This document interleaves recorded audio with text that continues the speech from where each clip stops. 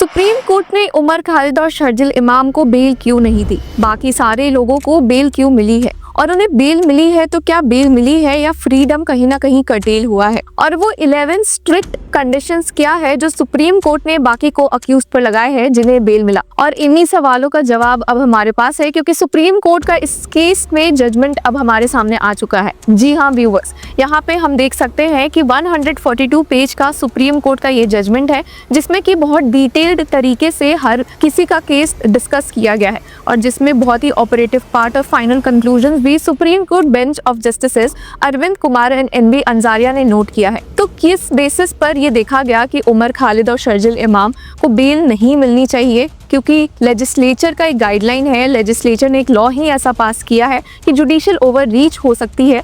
और वो 11 strict guidelines क्या है जो बाकी के को अक्यूज्ड गुलफिशा, फातिमा, शिफा और रहमान पर लगाए गए हैं, चलिए आज के इस वीडियो में देखते हैं। तो व्यूअर्स, यहाँ हम देख ही सकते हैं कि 142 पेज का एक डिटेल जजमेंट सुप्रीम कोर्ट ने अपलोड किया है, जिसमें बहुत ही टेबल ऑफ कंटेंट्स बहुत ही सीरियस तरीके से आउटलाइंड है कि कैसे इस केस का इंट्रोडक्शन क्या था, ब्रीफ फैक्ट्स क्या थे और कंसिडरेशंस क्या क्या सुप्रीम कोर्ट के सामने रखी गई। और यहाँ पे हम देख सकते हैं कि हर अक्यूज्ड का एक अलग से फाइंडिंग्स डिस्कशंस पार्ट दिया हुआ है।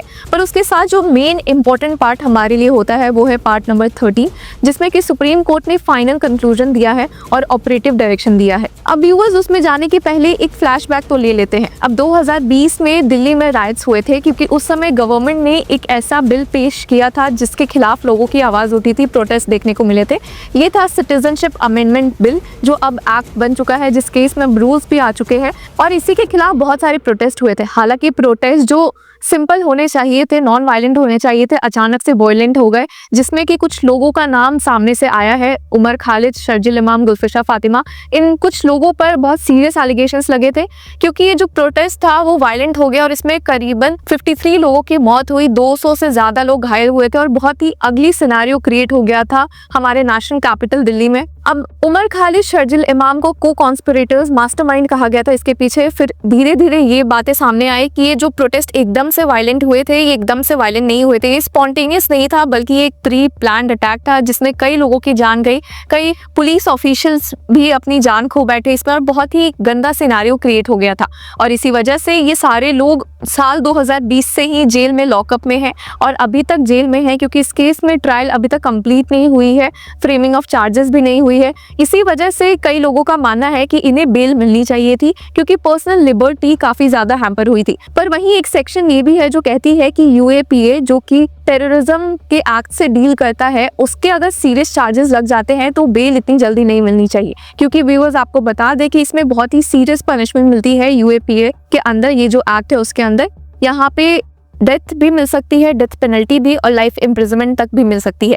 तो ऐसे सिनेरियो में बहुत कुछ ही समझ में आता है सुप्रीम कोर्ट का भी जजमेंट देखकर। अब व्यूअर्स, अगर हम पेज 134 पर फोकस करें, जो कि final conclusion and operative direction से डील करता है, तो इसमें सुप्रीम कोर्ट ने सीधे सीधे कहा है कि उनके सामने पर्सनल लिबर्टी और कलेक्टिव सिक्योरिटी के बीच एक इंटरसेक्शन देखने को मिला है कि पर्सनल लिबर्टी लोगों के लिए इंपॉर्टेंट है, बट क्या वो नेशनल सिक्योरिटी, कलेक्टिव सिक्योरिटी के ऊपर आ सकता है? कुछ ऐसे ही सवाल सुप्रीम कोर्ट की बेंच के सामने थे। अब व्यूअर्स, यहाँ पे सुप्रीम कोर्ट ने खुद माना है कि जो लिबर्टी का है, ये guarantee article 21 of the Indian constitution में मिलती है और कोई भी कोर्ट बिना किसी वजह से किसी की लिबर्टी नहीं ले सकता। बट लिबर्टी को आइसोलेशन में भी नहीं देखा जा सकता है। सुप्रीम कोर्ट ने कहा है कि security of the community, integrity of the trial process और प्रिजर्वेशन ऑफ पब्लिक ऑर्डर भी बहुत ही कॉन्स्टिट्यूशनल कंसर्न्स हो जाते हैं। और यहाँ पे सुप्रीम कोर्ट ने कहा है कि अगर बेल सॉर्ट की जाती है एक स्पेशल स्टैट्यूट के अंदर, तो सुप्रीम कोर्ट को उसी स्टैट्यूट के थ्रू ही फोकस करना पड़ता है। और यहीं पर इस एक्सरसाइज को लेने के पहले जब सुप्रीम कोर्ट के सामने ये मैटर आया था, तो सुप्रीम कोर्ट ने कहा था कि वो लॉ के अंदर ही रह के डिस्कशन करेंगे और जो स्पेशल स्टैट्यूट लेजिस्लेचर ने पास किया है इस केस में यूएपीए, तो उसके तहत ही सुप्रीम कोर्ट बेल के प्रोविजंस पर ध्यान देते हुए बेल ग्रांट करेगी या नहीं करेगी। और यहाँ पे हम पॉइंट 428 पे फोकस करेंगे, तो इसी में सुप्रीम कोर्ट का मेजर पार्ट दिया है जजमेंट का, जहाँ सुप्रीम कोर्ट ने एक साइड माना भी है कि personal liberty article 21 of the Indian constitution में बहुत ही सेमिनल इंपॉर्टेंस रखता है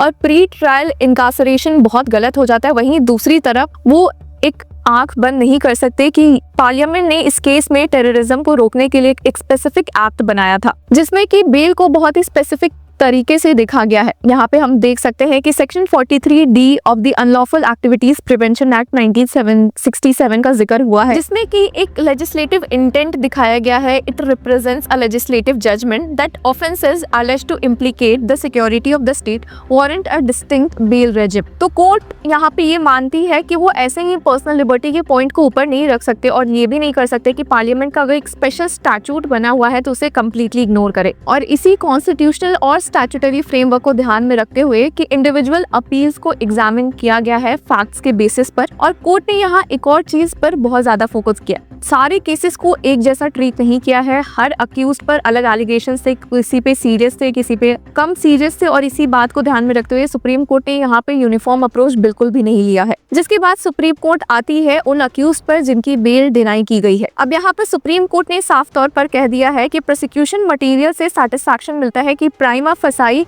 एक केस बनता है, सेंट्रल और फॉर्मेटिव रोल है अपेलेंट्स का। और यहाँ पे अपेलेंट्स है उमर खालिद एंड शर्जिल इमाम इन दी अलेज्ड कॉन्स्पिरेसी। अब यहाँ पर सुप्रीम कोर्ट ने माना भी कि भले इनका इनकार्सरेशन बहुत लंबा हुआ है, while the period of incarceration undergone by these appellants is substantial and has been duly considered, the court is not persuaded that on the present record continued detention has crossed the threshold of constitutional impersonality so as to override the statutory embargo। Prosecution के complexity को देखते हुए, nature of evidence जिस पे rely किया गया है और स्टेज ऑफ प्रोसीडिंग्स जो अभी चल रहा है, वो जस्टिफाई नहीं करता कि इस स्टेज पर उमर खालिद और शर्जिल इमाम को बेल मिलनी चाहिए। इसीलिए सुप्रीम कोर्ट ने इन दोनों की बेल पिटिशन को रिजेक्ट कर दिया है। अब व्यूअर्स, यहाँ पे सुप्रीम कोर्ट ने कुछ लीगल रिलीफ भी दी है, कुछ और पॉइंट्स ऐड किए हैं, जैसे कि वो मानते हैं कि प्रोलॉन्ग्ड प्री ट्रायल इनकार्सरेशन सही नहीं होता है, इसलिए ट्रायल कोर्ट को एक ऑर्डर दिया गया है कि इस केस में एक एक्सपीडाइटेड हियरिंग होनी चाहिए, जल्दी जल्दी इस केस से डील किया जाए। और जिसके साथ एक रिलीफ ये मिली है उमर खालिद और शर्जिल इमाम को कि या तो अगर प्रोटेक्टेड विटनेसेस के एग्जामिनेशन कंप्लीट हो जाते हैं या फिर इस ऑर्डर को, जो आज ऑर्डर आया है 5 जनवरी को, उसे 1 साल हो जाता है, तो वापस से ये लोग कोर्ट्स जाके बेल की डिमांड कर सकते हैं। तो ये था व्यूअर्स सुप्रीम कोर्ट का जजमेंट उन लोगों के लिए जिन्हें बेल डिनाई कर दी गई है। अब जिन्हें बेल मिली है उन पर भी कुछ स्ट्रिक्ट गाइडलाइंस रखे गए हैं, चलिए उन पर एक नजर डालते हैं। तो यहाँ हम देख सकते हैं कि बेल मिली है गुलफिशा फातिमा, मिरान हैदर, शिफाउर रहमान, मोहम्मद सलीम खान और शदाब अहमद को, क्योंकि सुप्रीम कोर्ट ने माना कि इनका जो रोल था, एट्रीब्यूटेड रोल था और जो नेचर ऑफ मटेरियल रिलाइड था, वो कहीं ना कहीं कम था उमर खालिद और शर्जिल इमाम से जुड़े हुए केसेस में। हालांकि ये बात भी सुप्रीम कोर्ट ने कही है कि जस्ट बिकॉज उन्हें बेल मिल गया है तो वो नहीं रिफ्लेक्ट करता है कि इनका जो रोल था दिल्ली राइट्स 2020 के कॉन्स्पिरेसी केस में वो कम था या उसकी कम सीरियसनेस थी। अब यहाँ पे हम कंडीशंस देखते, वो 11 स्ट्रिक्ट कंडीशंस जो इन लोगों पे लगाए गए हैं जिन्हें की बेल ग्रांट किया गया है। सबसे पहले कहा गया है कि इन्हें एक personal bond in the sum of ₹2 lakh with 2 local sureties submit करना होगा ट्रायल कोर्ट को। जिसके बाद कहा गया है कि कोई भी एनसीटी दिल्ली नहीं छोड़ सकता है और अगर छोड़ना भी है तो पहले ट्रायल कोर्ट से परमिशन लेनी होगी। जिसके बाद कहा गया है कि इन्हें अपना पासपोर्ट सरेंडर करना है। जिसके बाद कहा गया है कि इन्हें अपना current residential addresses, contact number, email addresses investigation officer के साथ साथ ट्रायल कोर्ट को भी सबमिट करना है। इन केस इनका प्लेस चेंज होता है, ईमेल चेंज होता है या नंबर चेंज होता है तो इन्हें 7 डेज प्रायर रिटन इन्फॉर्मेशन देनी होगी इन्वेस्टिगेटिंग ऑफिसर और ट्रायल कोर्ट को भी। जिसके बाद कहा गया है कि इन सभी को एक हफ्ते में 2 बार अपीयर होना है, मंडे और थर्सडे को before the station house officer. अपनी हाजिरी मेंटेन करनी है, वहाँ पे अटेंडेंस का ट्रैक भी रखा जाएगा। जिसके बाद फर्दर कहा गया है कि डायरेक्टली या इनडायरेक्टली ये विटनेसेस को कांटेक्ट नहीं कर सकते, इन्फ्लुएंस नहीं कर सकते, इंटिमिडेट नहीं कर सकते। जिसके बाद फर्दर कहा गया है कि कोई भी पोस्ट स्टेटमेंट, आर्टिकल या रील कुछ भी नहीं हो सकता जब तक कि इस केस में ट्रायल ना खत्म हो जाए। जिसके बाद कहा गया है कि appellant shall not participate in any programme और एड्रेस और अटेंड एनी गैदरिंग, रैली और मीटिंग, फिजिकली हो वर्चुअली हो, किसी में नहीं पार्टिसिपेट कर सकते जब तक कि ट्रायल ना खत्म हो जाए। जिसके बाद फर्दर कहा गया है कि कोई भी पोस्ट सर्कुलेट नहीं कर सकते इलेक्ट्रॉनिक फॉर्म में, फिजिकल फॉर्म में, हैंड बिल्स हो, पोस्टर्स हो, बैनर्स हो, कुछ भी नहीं। फर्दर कहा गया है कि इन्हें फुल्ली कोऑपरेट करना होगा ट्रायल कोर्ट के साथ, हर दिन प्रेजेंट रहना होगा जब भी कोर्ट इन्हें बुलाती है। ट्रायल कोर्ट को सेटिस्फैक्शन होना चाहिए कि इनका कंडक्ट सही है, ये किसी भी तरह से डिले टैक्टिक्स ना करे अभी। और जिसके साथ एक लास्ट पॉइंट ये है कि the appellant shall maintain peace and good behaviour throughout and in the event of any offence committed during the pendency of the trial. Prosecution liberty पे होगा कि वापस से बेल इनकी रिवोक करने की डिमांड रखी जाए। तो व्यूअर्स, ये था हमारा take on this highly anticipated judgment, जिसका बेसब्री से लोग इंतजार कर रहे थे। उमर खालिद को बेल मिली है, क्यों मिली है, ये सुप्रीम कोर्ट ने बहुत अच्छे से एक्सप्लेन किया है। कुछ लोग इससे अग्री कर रहे हैं, कुछ लोग इससे अग्री नहीं कर रहे हैं, पर आपकी क्या राय है? Do let us know in the comment section. Until then keep following law चक्र।